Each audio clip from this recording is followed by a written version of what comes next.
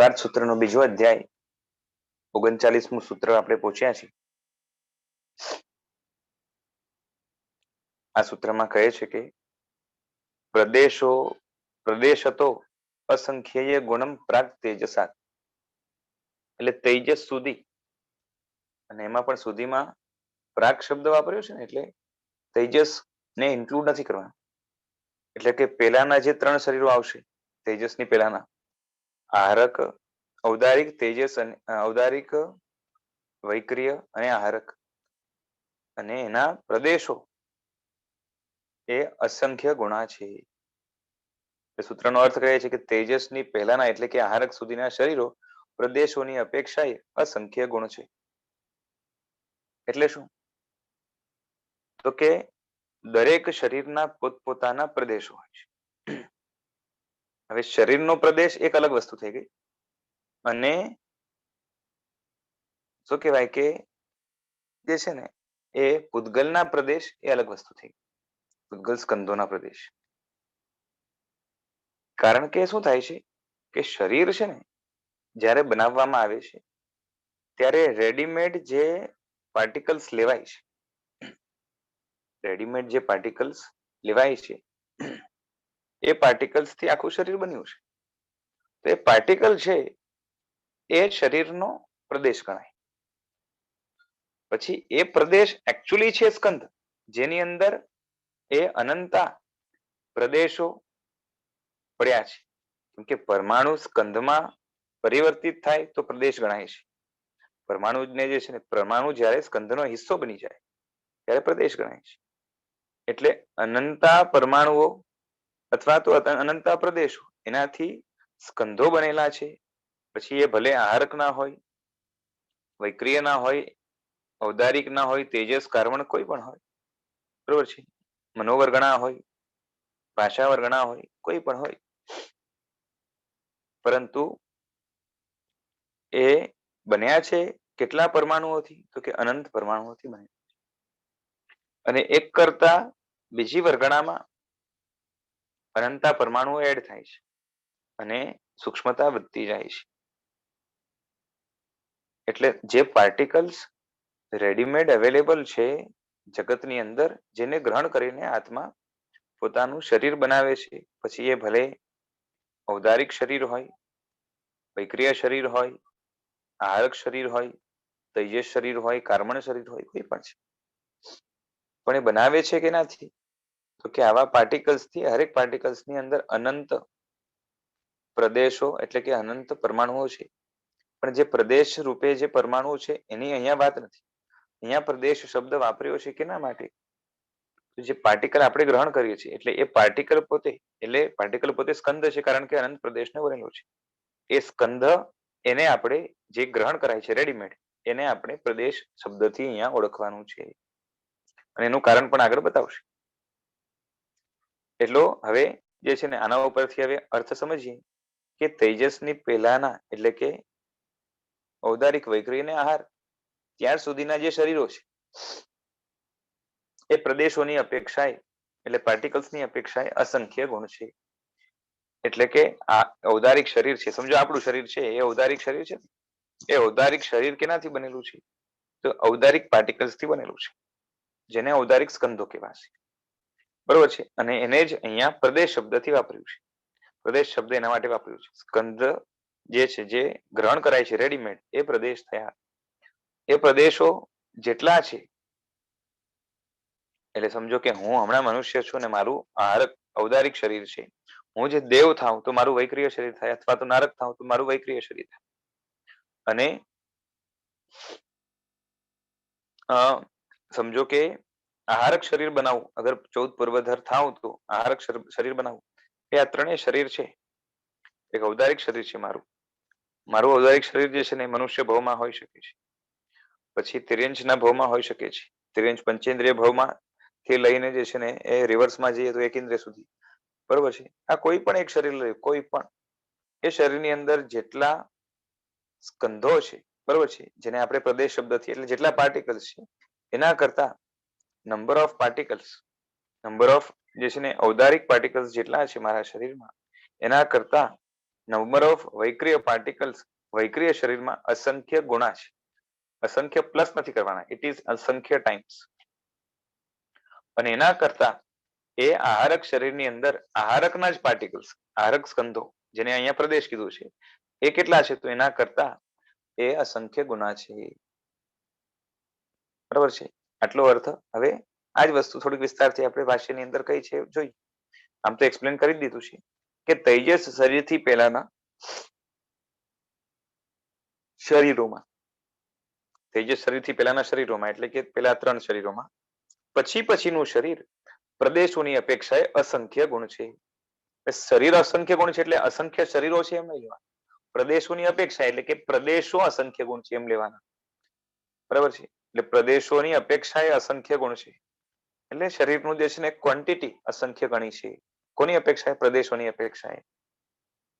એટલો અર્થ એ થયો કે પ્રદેશો અસંખ્ય ગુણા છે, અથવા તો એમ કહેવાય કે એની અંદર એ પર્ટિક્યુલર જે સ્કંધો જેનાથી શરીર બન્યું છે એ સ્કંધો એ અસંખ્ય ગુણા છે.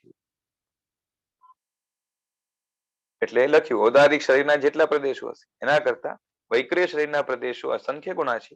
વૈક્રિય શરીરના પ્રદેશોથી આહારક શરીરના પ્રદેશો એ અસંખ્ય ગુણા છે. આ રીતે જાણવું. હવે ટીકામાં થોડોક વિસ્તાર કરે છે કે જે છે ને એ પ્રદેશ એટલે શું? તો પ્રવૃદ્ધો દેશ પ્રદેશ એવા સમાસથી પ્રદેશ શબ્દ બન્યો છે. પ્રવૃદ્ધો દેશ એ પ્રદેશ. બરોબર છે? જેના બે વિભાગ ન થઈ શકે એવો અંતિમ સૂક્ષ્મ વિભાગ, એને આપણે પ્રદેશ કહીએ છીએ ને. બરોબર છે? આ અર્થ પ્રસિદ્ધ છે, પણ અહીંયા એ અર્થ નથી લેવાનો. અહીંયા પ્રદેશ એટલે અનંત અણુઓથી બનેલો, અણુ એટલે આમ પરમાણુ, એનાથી બનેલો જે સ્કંધ એ પ્રદેશ છે. કારણ કે બીજાઓથી પણ જોઈ શકાય એવું વચન છે. બરોબર છે? બીજાઓથી એટલે વૈક્રિય ધારી, વૈક્રિય શરીર બનાવનાર જે બીજા જીવો છે એનાથી પણ જોઈ શકાય. જો પરમાણુ રૂપ પ્રદેશ છે એ કોઈથી જોઈ શકાતું નથી, પરંતુ સ્કંધો જોઈ શકાય છે. અને આમ પણ જે છે ને અહીંયા અસંખ્ય ગુણા લખ્યું છે એનો અર્થ જ સમજી જવાનું કે પહેલા તો છે ને અનંત એડ કરવાના છે, જ્યારે અહીંયા તો શું છે? અસંખ્ય ગુણા છે. એટલે બેમાં ફરક છે. એટલે પ્રદેશથી અનંત અણુઓથી બનેલો સ્કંદ લેવાનો. કારણ કે જે છે ને એ પરમાણુ લો તો જે છે ને એ જોઈ નહીં શકાય, જ્યારે અહીંયા તો વચન છે કે બીજાઓથી પણ જોઈ શકાય છે. એટલે પ્રદેશ શબ્દનો અનંત અણુઓથી બનેલો સ્કંદ એવો અર્થ કેમ જે છે ને કર્યો? એના હેતુ તરીકે જે છે ને કહે છે કે બીજાઓથી એટલે વૈક્રિય શરીર બનાવનારથી બીજા જીવો, એ જીવોથી પણ જે છે ને જોઈ શકાય છે એમ જણાવ્યું છે. એટલે અસંખ્યાત અણુવાળા સ્કંધો અને અસંખ્ય અણુવાળા સ્કંધો, સંખ્યાત અણુવાળા સ્કંધો અને અસંખ્ય અણુવાળા સ્કંધો બીજાઓથી ન જોઈ શકાય. બરોબર છે? જો એક બે હોય, સંખ્યાત સુધીના અણુવાળા સ્કંધો કોઈથી જોઈ શકાતા નથી, એટલે બીજાઓથી એટલે કેવલ જ્ઞાનીથી જોઈ શકાશે, પણ જે છે ને એ સામાન્ય વૈક્રિય વગેરે ધારીથી જોઈ શકાશે નહીં. અસંખ્યાત વાળા પણ નથી જોઈ શકાતા, અસંખ્ય અણુવાળા પણ નથી જોઈ શકાતા, અનંત અણુવાળા જ જોઈ શકાય છે. એટલે અહીંયા પ્રદેશથી અસંખ્ય નહીં, પરંતુ એ અનંત અણુવાળા સ્કંધો જે છે રેડીમેડ, એ શબ્દ એને જ જે છે ને પ્રદેશ કીધા છે. પ્રદેશથી એટલે આવા પ્રકારના સ્કંધોથી પછીનું શરીર અસંખ્ય ગુણ હોય છે. પૂર્વ સૂત્રમાં આવેલો પરમ એવો પ્રયોગ આ સૂત્રમાં પણ સમજી લેવા કે પછી.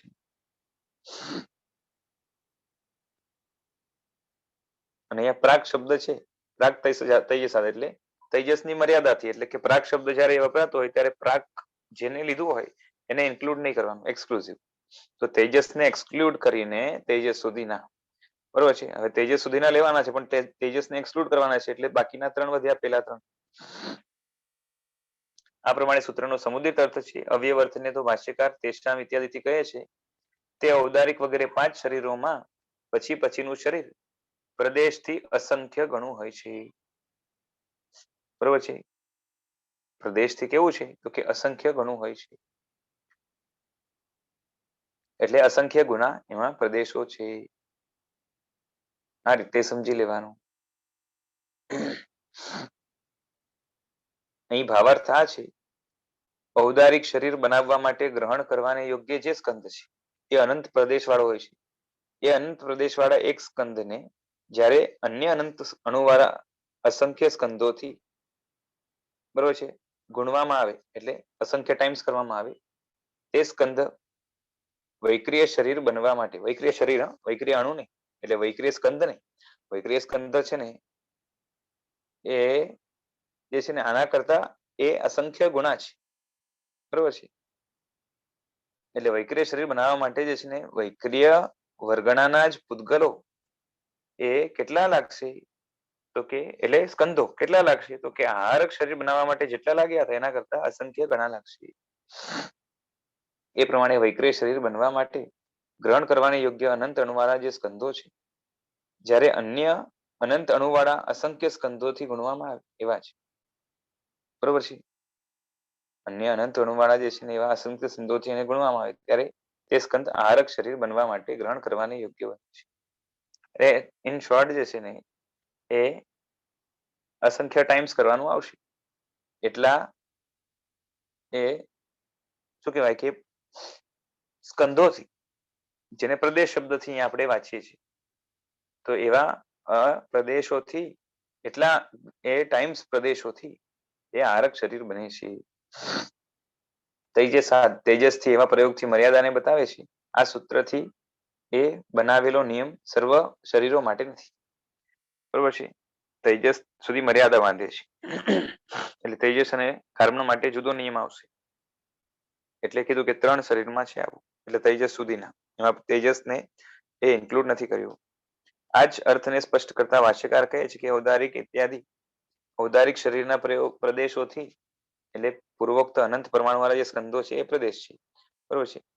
એના કરતા એ અસંખ્ય ગુણ જે છે ને વૈક્રિયના હોય છે, અને વૈક્રથી અસંખ્ય ગુણ જે છે ને આહારક ના હોય છે. એ આપણે હવે આખું વાંચતું નથી પણ એમાં એ જ આપ્યું છે, બરોબર છે. આમ પૂર્વની સાથે સમાનતા છે.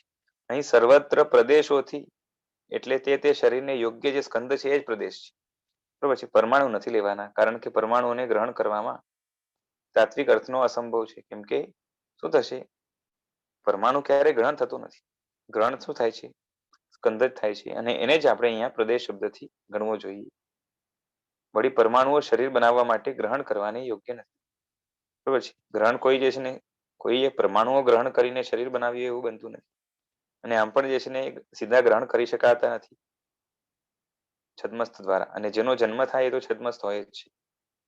હવે તેજસ અને કાર્બનના પ્રદેશો અનંત ગુણા છે, એટલે છેલ્લા 2 શરીર જે બાકી હતા એની હવે એનો નિયમ બતાવે છે કે અનંત ગુણે પરે, એટલે પછીના જે છે એ અનંત ગુણા આવશે.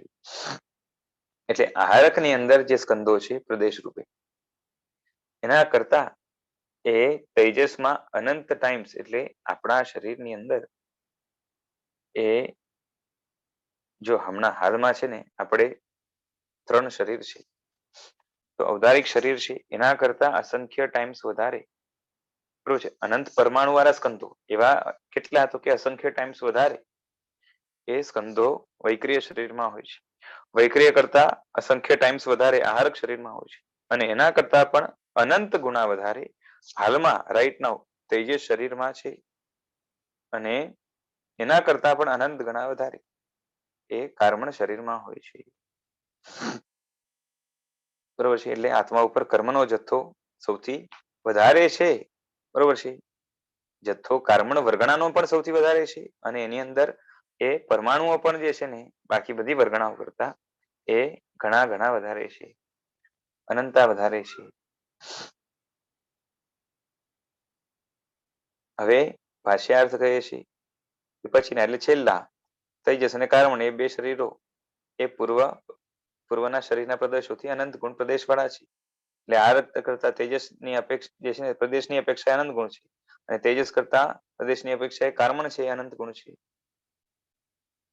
હવે અહીંયા ટીકામાં પૂછે કે સૂત્રનો સમુદિત અર્થ તો સ્પષ્ટ છે, અવયવ અર્થને જે છે ભાષ્યકાર કહેવા માટે એ જે છે પેલા પ્રશ્નો ઉપાડે છે કે પરે એમ કહેવાથી, એટલે પછીનું, મૂળ ગાથામાં પરે શબ્દ છે ને તો એના પછીનું એક જ લેવું જોઈએ, બરોબર છે.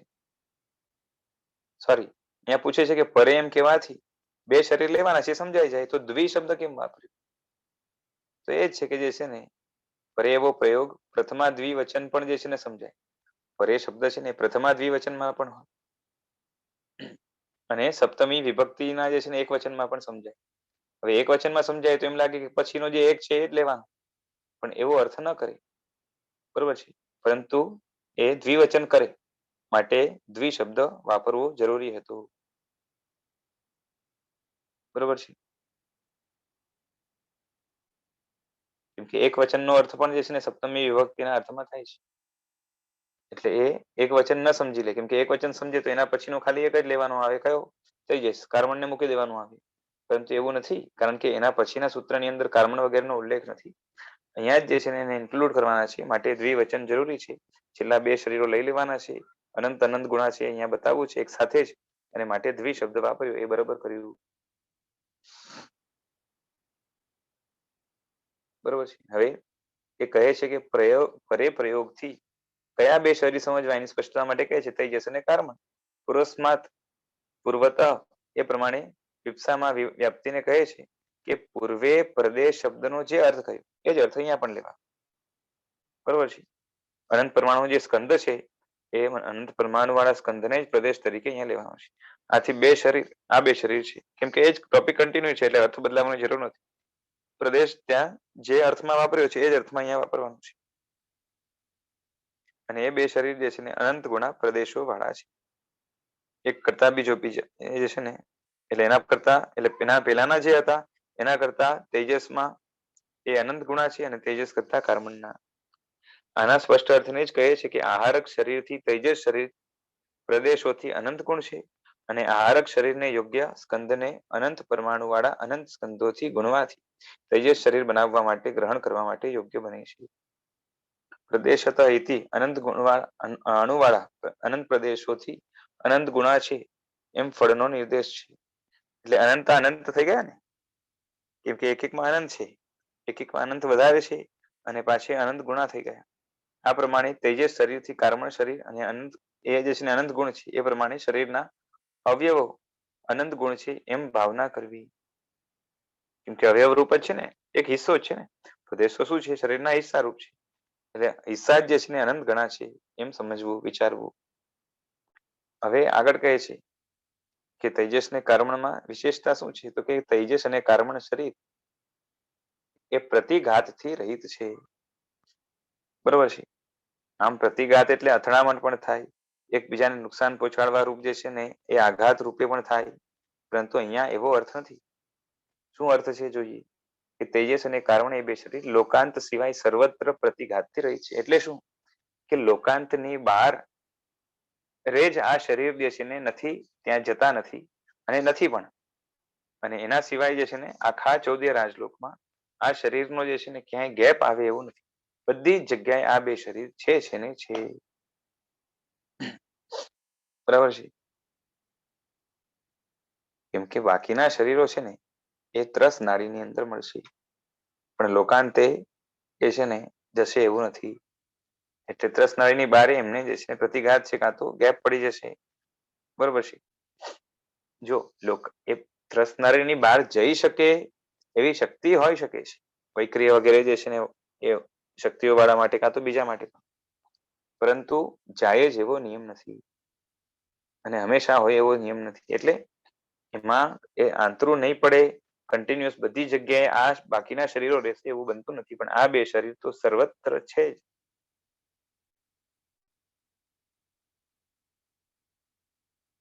તો ટીકાની અંદર કહે છે કે આરક શરીર પછીના જે છે તેજસ અને કર્મણ એ બે શરીર જ છે ને એ પ્રતિઘાતથી રહિત છે, બરાબર છે. સમુદિત અર્થ બતાવ્યો અને અવયવ અર્થને એ તે દ્વે ઇત્યાદિથી કહે છે કે એ તે એ પ્રમાણે કહેવા છતાં દ્વિ શબ્દનું ગ્રહણ એ તે એટલે આ બે એમ, બરોબર છે. પ્રથમા બહુવચનના ની શંકા દૂર કરવા માટે છે, આપણે પેલા જોઈ લીધું.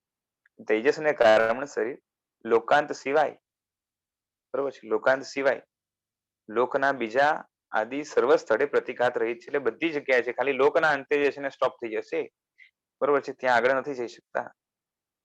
કેમ કે તેવા પ્રકારના સૂક્ષ્મ પરિણામ વાળા છે, બધી જ જગ્યાએ રહે છે. તેજસ કર્મણ શરીર વાળા જીવો લોકમાં સર્વ સ્થળે પ્રાપ્ત થાય છે. નીચે ફૂટનોટમાં કંઈક લખ્યું છે, જરાક જોઈ લઈએ કે તેજસ અને કાર્બન શરીર લોકાંતે અટકી જાય છે. કેમ કે લોકાંત પછી ગતિ સ્થિતિમાં સહાયક ધર્માસ્તિકાય વગેરે નથી. અને બાકી બધી જગ્યાએ છે લોકમાં, એટલે ત્યાં એ બધી જગ્યાએ મોજૂદ છે. બાકી બધા જેમ સમજો વૈક્રિય શરીર છે, તો એ દેવતાઓ છે એ ધારે તો ત્રસનારની બાળે જે છે ને જઈ શકતા હોય, પરંતુ જે છે ને એમને કોઈ કામ પડતું નથી, ત્યાં જવાનું કોઈ કારણ નથી, એટલે જશે પણ. એટલે એ મોજૂદ બધી જગ્યાએ છે એવું છે નહીં. એમને જે છે ને પ્રતિઘાત ત્રસનારીના અંતર જ આવી જશે, અંદર જ આવી જશે, અને એમાં પણ ત્રસનારીની અંદર જ બધે વૈક્રિય છે એવું નથી. બરોબર છે. બધે જ જે છે ને આહારક છે એવું નથી. બધે જ ઔદારિક છે એવું નથી. ખ્યાલ આવે છે? ક્યારેક આ હોય, ક્યારેક કોઈક ને ઓલું હોય, એ જે છે ને બની શકે. એટલે કોમન ઓવરઓલ મોટો નિયમ બાંધવો હોય તો આ બે શરીર એવા છે, બધે જ છે, બધા જીવને છે સંસારી. અને સંસારી જીવો આખા 14 રાજલોકમાં ઠાસી ઠાસીને ભરેલા છે. એ સર્વત્ર જે છે ને એમનું વર્ચસ્વ છે, બધી જગ્યાએ રહેલા છે. બરોબર છે. એટલે જે કઠણ વસ્તુ છે એની અંદર પણ જે છે ને આર પાર અંદરમાં સૂક્ષ્મ પરિણામ વાળા સૂક્ષ્મ નિગોદના જીવો તો ભરેલા જ છે. એટલે ઠાસી ઠાસીને આખું 14 રાજલોક કોઈ જગ્યા બાકી નથી કે ત્યાં ત્યાં જે છે ને એ સૂક્ષ્મ એવા જીવો ન હોય. અને સૂક્ષ્મ એવા જીવોને એ જે છે ને વાયુ હોય, વાયુનું શરીર હોય, એમાં વૈક્રિય હોઈ શકે છે. અને આહારક શરીર હોય તો આહારક હોય, પણ એવા જે છે ને એ ઓપ્શન્સ છે. પરંતુ તેજસ કારણ તો બધાને છે, જેને છે. એટલે એમને કોઈ જે છે ને રૂકાવટ 14 રાજલોકમાં ક્યાંય નથી. રૂકાવટ ક્યાં આવશે? એના અંત ભાગમાં. એટલે લોકાંત જે છે ને, લોકનો અંત ઉપર પણ છે, એમ બધી જગ્યાએ છે, ચારે બાજુ. એટલે લોકાંતમાં જે છે ને એમને પ્રતિઘાત છે, બાકી ક્યાંય નથી લોકમાં.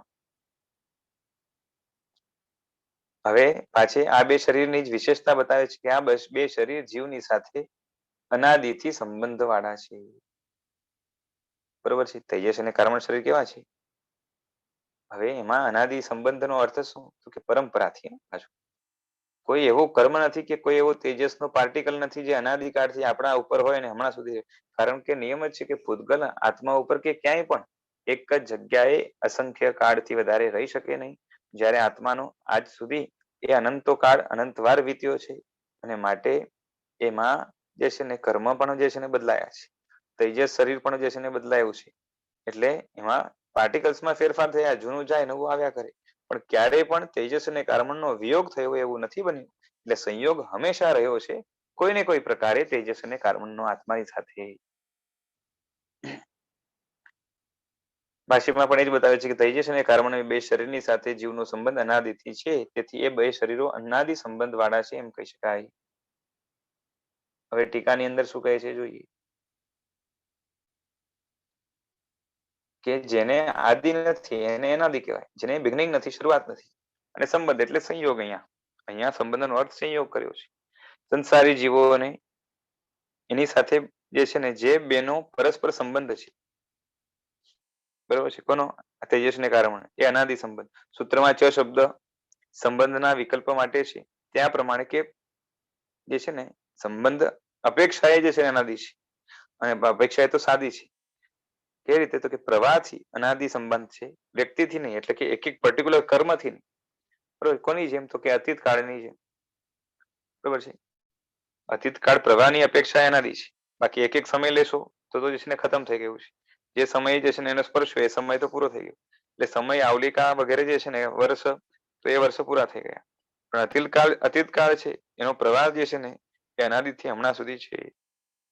એટલે પ્રવાહની અપેક્ષા એ બોલો તો કાળનો જે છે ને કાળની આદિ નથી. અને વ્યક્તિની અપેક્ષા એટલે કે એક એક સમયની અપેક્ષા તો જે છે ને આદિ છે જ. બરોબર છે. આપણે કહીએ કે આ જે છે ને 2 દિવસ પહેલા જે અંતર્મુહૂર્ત હતો એ ક્યારે હતો? તો કે ત્યારે હતો. એટલે ત્યારે આવ્યો ને પૂરો થયો. એટલે એની આદિ પણ છે ને અંત પણ છે. પરંતુ પ્રવાહની અપેક્ષા એ કાળની આદિ પણ નથી અને અંત પણ નથી. એનો ફ્લો સતત છે. બસ એ જ રીતે આત્મા ઉપર પણ જે છે ને જેમ નવા સમય આવે જૂના જાય, એ રીતે નવા કર્મ આવે જૂના જાય. એ તેજસ શરીરના પણ નવા એ સ્કંધો આવે એટલે પ્રદેશો કહેવાય.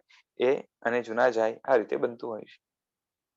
આ પ્રમાણે સૂત્રનો સમુદિત અર્થ છે અવ્યવર્થને ભાષ્યકાર તાભ્યામ ઇત્યાદિથી કહે છે કે તે તેજસ અને કર્મની સાથે જે છે ને જીવનો સંબંધ અનાદિથી છે. અનાદિ એટલે શું? તો કે તથા ભવ્યત્વની અપેક્ષાથી. એટલે પોતાનું જીવનું પોતાનું ભવ્યત્વ જ એટલે યોગ્યતા જ એવી છે કે એ હંમેશાથી કર્મ સાથે જોડાયેલો હતો અને છે. એટલે કોઈ કરેલું નથી, પોતે જ છે. અને સંબંધ એટલે અહીંયા સંયોગ લેવાનું છે. સંયોગ એટલે શું?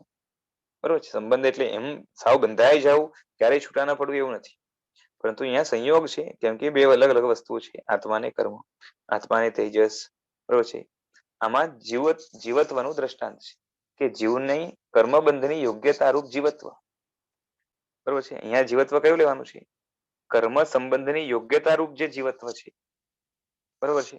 અને સાથે જીવનું પોતાનું તથા ભવ્યત્વ પણ એ અનાદિથી છે. કેમ કે યોગ્યતા તો પર્ટિક્યુલર જીવની પોતાની યોગ્યતા અનાદિની અંદરમાં હોય, પછી એક્સપ્રેસ થાય કે ન થાય એની વાત નથી, પણ યોગ્યતા તો પડી જ હોય ને વસ્તુમાં. જેમ એ જે છે ને ખાંડમાંથી એ શું કહેવાય, ખાંડમાંથી એ સોનું નીકળે તો ઇમ્પ્યોર હોય, પણ એમાં યોગ્યતા જે છે ને પૂરેપૂરું ચમકવાની, પૂરેપૂરું લશ્ચર બતાવવાની, પૂરેપૂરું જે છે ને એ વાટકા વગેરે બનવાની, એ ઘરેણા વગેરે બનવાની જે છે ને યોગ્યતા બધી પડી છે. એટલે એ હિડન યોગ્યતા પણ હોઈ શકે, પણ યોગ્યતા તો અનાદિની હોય. તો હવે યોગ્યતા જે છે ને એ મોક્ષે જવાની યોગ્યતા પણ અનાદિની છે. અને જીવનમાં બનતી ઘટનાઓ છે એની યોગ્યતા પણ એનામાં છે, કેમ કે યોગ્યતા વગર કાર્ય ન થાય. અને જીવ ક્ષણે ક્ષણે નવા નવા કર્મો બાંધે છે, એ કર્મ બાંધવાની યોગ્યતા પણ અનાદિની છે. જો કર્મ સંબંધીની યોગ્યતા રૂપ જીવત્વ ન હોય, બરોબર છે, તો સિદ્ધની જેમ, કેમ કે કર્મની બાંધવાની યોગ્યતા કર્મ બાંધતે નહીં, તો એ અનાદિથી જે છે ને કેવો રહે? તો શુદ્ધ જ રહે. એટલે સિદ્ધના જેવો જે છે ને કર્મ સંબંધ એમને જેમ નથી થતો, એમ આને પણ ન થાય સંસારી જીવને. અથવા ભેદની એટલે વિશેષની અપેક્ષાએ આદિ સંબંધ વાળા છે. બરાબર છે. કેમ કે આદિ સંબંધ પણ છે જ નહીં, કર્મ નવા નવા આવે છે એટલે આદિ સંબંધ છે. એટલે આદિત્વ અને અનાદિત્વ નો જે છે ને પરસ્પર સંબંધ ન હોય, તો આદિત્વ અને અનાદિત્વ એ બંનેનો અભાવ થાય. કારણ કે કર્મને અનાદિ માનો અને ક્ષણે ક્ષણે આદિ ન માનો તો શું થાય? તો કે હતું હંમેશા રહે છે તો હંમેશા રહેશે, એની જે છે ને એનાથી છુટકારો નહીં થાય. એટલે પછી જે છે ને શું થશે? તો એ જે છે ને એ એની અનાદિ હતી એવું બોલવાનો અર્થ પણ નથી. અને જે છે ને શું કહેવાય કે એ આદિ પણ ન હોય. એટલે અહીંયા છે ને પ્રવાહની અપેક્ષા, એટલે અપેક્ષા એ આદિત્વ છે, અપેક્ષા એ અનાદિત્વ છે. બરોબર છે. અને બંનેને માનવા પડે. અને આમ કહેવાથી જીવત્વની જેમ સિદ્ધોનું પણ જે છે ને અનાદિપણું સ્વીકાર્યું હોવાથી કેટલાક મતિમંદ વાળા જીવો કહે છે કે એ સિદ્ધ પૂર્વક સિદ્ધ થાય છે, અર્થાત પેલા કોઈ જીવ સિદ્ધ થયો અને પછી કોઈ જીવ સિદ્ધ થાય, એમ સિદ્ધત્વનું જે છે ને આદિપણું છે.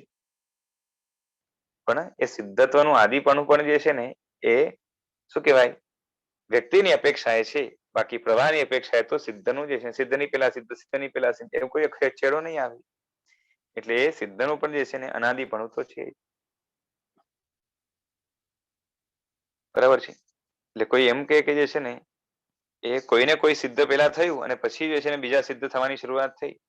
તો કે કોઈ સિદ્ધ થયું એ કોના કારણે? તો કે કોઈ સિદ્ધ એની પેલા થયું હોય એના કારણે. એ સિદ્ધ કેમ થયું? કેમ કે એની પેલા કોઈ સિદ્ધ થયું એના કારણે. બરાબર છે. તો એમ જે છે ને એ રિવર્સમાં જાવ તો પરંપરાથી, એ પ્રવાહથી શું આવશે? તો સિદ્ધનું જે છે ને અનાદિપણું આવી જશે. આદિત્વ અને અનાદિત્વનો પરસ્પર સંબંધ છે. અન્યથા આદિત્વ અને અનાદિત્વ એ બંનેનો અભાવ થાય. બરોબર છે. આ પ્રમાણે આ જ સૂત્રમાં વિચારેલું છે. કેમ કે એ આદિત્વ અને અનાદિત્વ જોડાયેલું છે. પ્રવાહની અપેક્ષાએ આદિત્વ છે અને વ્યક્તિની અપેક્ષાએ અનાદિત્વ છે. આ રીતે માનો તો બંને ઘટે.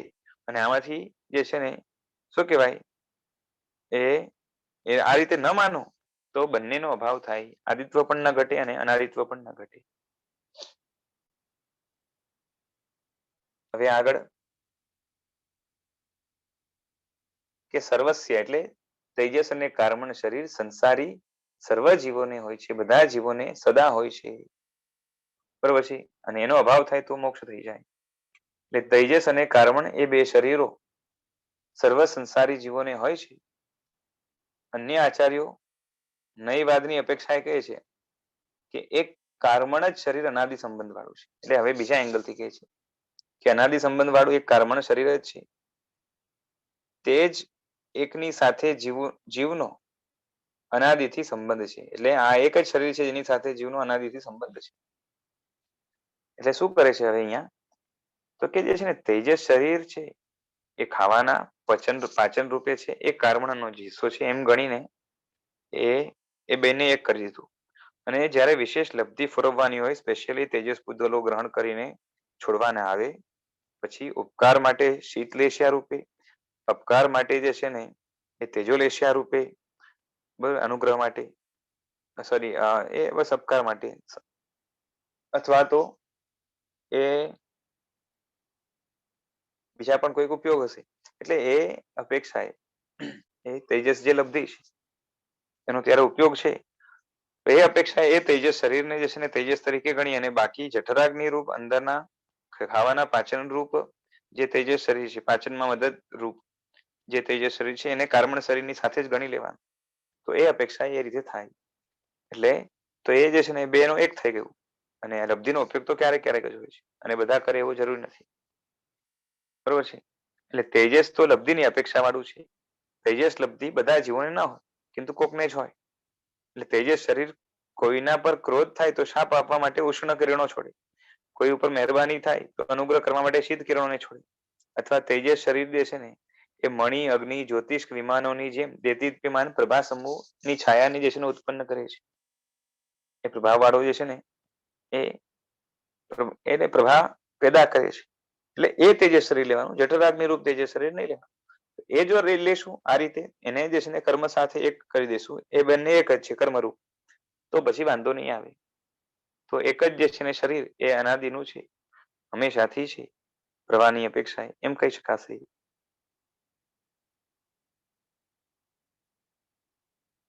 એ જ વસ્તુ અહીંયા કહે છે કે સૂત્રનો સંબંધ જણાઈ ગયો છે. સમુદિત અર્થને સર્વસ્ય એવ ઇત્યાદિથી કહે છે કે હમણાં જ કહેલા તેજસ કર્મણ શરીર સંસારી બધા જીવને હોય છે. આ શરીરો જે છે ને સિદ્ધ ને ન હોય, સંસારી બધાને હોય. કારણ કે સંસાર આ બે શરીરના કારણે જ છે. આ પ્રમાણે પોતાના અભિપ્રાયને કહીને મતાંતરનો ઉલ્લેખ કરતા ભાષ્યકાર કહે છે કે અન્ય આચાર્યો પર્યાય નહીવાદની અપેક્ષાથી કહે છે કે એક કર્મણ જ શરીર જીવની સાથે અનાદિ સંબંધ વાળું છે. આ પ્રમાણે પર્યાયાસ્તિક નહીં, એમાં પણ પર્ટિક્યુલર જે રુજુસૂત્ર નહીં છે એની અપેક્ષાથી કહે છે. તેથી તે જ એક કર્મણ શરીર સાથે જીવનો અનાદિ સંબંધ છે. કારણ કે તે જ સંસારનું કારણ છે. તેજસનો એટલે તેજસ તો છે ને લબ્ધિની અપેક્ષા વાળું છે. એટલે હંમેશા હોય એવું જરૂર નથી. અર્થાત જેને તેજસ લબ્ધિ પ્રાપ્ત થાય તેને તેજસ શરીર હોય. કારણ કે તે શરીર ગુણથી એટલે વિશિષ્ટ તપ આદિથી પ્રાપ્ત થાય છે, બધાને હોતું નથી. તેજસ લબ્ધિ વિશિષ્ટ અનુષ્ઠાનથી સાધી શકાય છે. એથી સર્વ સંસારી જીવોને ન હોય, કોઈક જ તેવા પ્રકારના તપસ્વી વગેરેને હોય. આ શરીર આવા પ્રકારનું છે એમ કહે છે. તેજસ શરીર કેવું છે? તો કે ક્રોધ અને કૃપાના નિમિત્ત વાળું છે.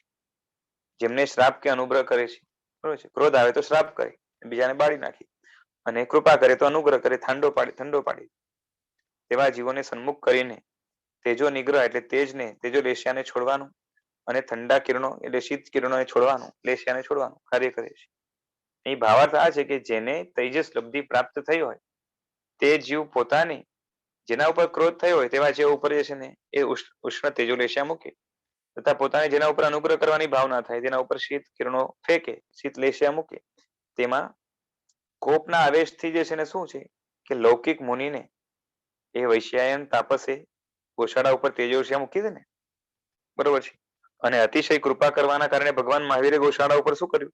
તો શીત લેશિયા મૂકી.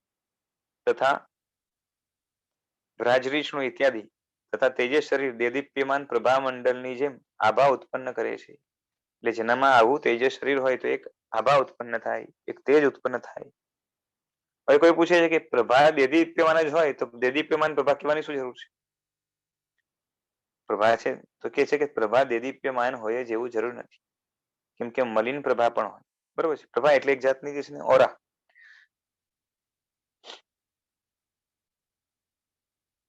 અને એવું જોવામાં આવે છે કે આ મણિ જે છે ને મલિન પ્રભા વાળો છે એમ લૌકિક મનુષ્યો બોલતા હોય છે. ઔદારિક વગેરે કેટલાક શરીરોમાં પણ જે છે ને એમાં મણિ, અગ્નિ, જ્યોતિષ વિમાનની જેમ પ્રભા ઉત્પન્ન કરનારું જે છે ને તેજસ શરીર હોય છે. એક્ઝામ્પલ આપે છે કે સ્ફટિક રત્ન છે, અંકરત્ન છે. અંકરત્ન પણ લગભગ સફેદ હોય છે. વૈડૂર્ય રત્ન છે. આ બધા મણિઓ છે અલગ અલગ, બરોબર છે. એમની દેદીપ્યમાન પ્રભા હોય, કારણ કે એ મણિઓ નિર્મળ પૂતગલોથી બનેલા છે. અને જેણે નજીકમાં રહેલા અંધકાર સમૂહને દૂર કર્યો છે એવો અગ્નિ પણ જે છે ને તેજથી ઝળકે છે. તેનો પણ દેદીપ્યમાન પ્રભા છે. પછી એ ચંદ્ર, સૂર્ય વગેરે જ્યોતિષ દેવીના વિમાનો જે છે ને એ પણ દેદીપ્યમાન પ્રકાશ કે પ્રભાવવાળા છે, કારણ કે નિર્મળ દ્રવ્યોથી બનેલા છે. તેજસ શરીરની અપેક્ષાએ ઔદારિક વગેરે જે છે ને કોઈક જ શરીરમાં ચમકનો સમૂહ પ્રાપ્ત થાય છે. બહુ ચમકે એવું હોતું નથી, બરોબર છે. તેજસ હોય અધિક માત્રામાં તો જે છે ને એની ચમક, એની ઓરા એ દેદીપ્યમાન એકદમ હોય. કોઈ હવે પૂછે છે કે ઉપર કહ્યું તેમ કેટલાક જ શરીરમાં, એટલે કોક જ શરીરમાં તેજસ શરીર હોય છે. જ્યારે સૂત્રમાં તો બતાવ્યું કે તેજસ શરીર બધાને હોય છે, કેમ કે તેજસ અને કાર્બન બધાને છે એમ કહ્યું. તો સૂત્ર બરાબર નથી કે નહીં. એ છે ને કે અહીં ખાધેલા આહારને પચાવવાની શક્તિ વાળું તેજસ શરીર જે છે ને એ વિવક્ષિત છે. એ શરીર જે છે ને કાર્બન શરીરનો જ ભેદ ગણીએ છીએ. તો એને કાર્બનની અંદર લો તો એક થાય, અને જુદું લેવું હોય તો બે થાય. અને આ શરીર બધાને હોય છે અમે માનીએ છીએ, એમાં વાંધો નથી. હવે ટીકાની અવતરણિકા કરે છે કે જેવી રીતે તેજસ અને કાર્બન શરીર બધા જ ને હોય છે, તેવી રીતે એક જીવને એકી સાથે બીજા કેટલા શરીરો, એટલે પર્ટિક્યુલર ટાઈમ પર એક જીવને એક સાથે કેટલા શરીરો હોઈ શકે, આવી આશંકા થાય, પ્રશ્ન થાય તો એને દૂર કરવા માટે, નિવારણ કરવા માટે, જવાબ આપવા માટે 44મા સૂત્રમાં કહે છે કે એક જીવને એકી સાથે બે, ઓછામાં ઓછા, અને 2 થી લઈને કેટલા તો 4, એટલે 2, 3 કાં તો 4 સુધી શરીર હોઈ શકે છે. એનાથી અધિક ન હોય, એનાથી ઓછા ન હોય, બરોબર છે. હવે વિગ્રહ ગતિની અંદર તેજસ અને કાર્બન 2 શરીર છે. પછી પાછળ જે છે ને એમાં મતાંતર પડે તો એને તેજસ ને કાર્બન ને એક કરી દો તો કાર્બન થશે, એટલે એક શરીર પણ લઈ શકાય અપેક્ષાએ, બરોબર છે. આ રીતે છે. હવે આનું જે છે ને વિશેષ વર્ણન છે એ નેક્સ્ટ ટાઈમ જોશું. આજે રાખીએ. જેનાટના વિરુદ્ધ કંઈ બોલાય હોય તો મિચ્છામિ દુક્કડમ પ્રણામ.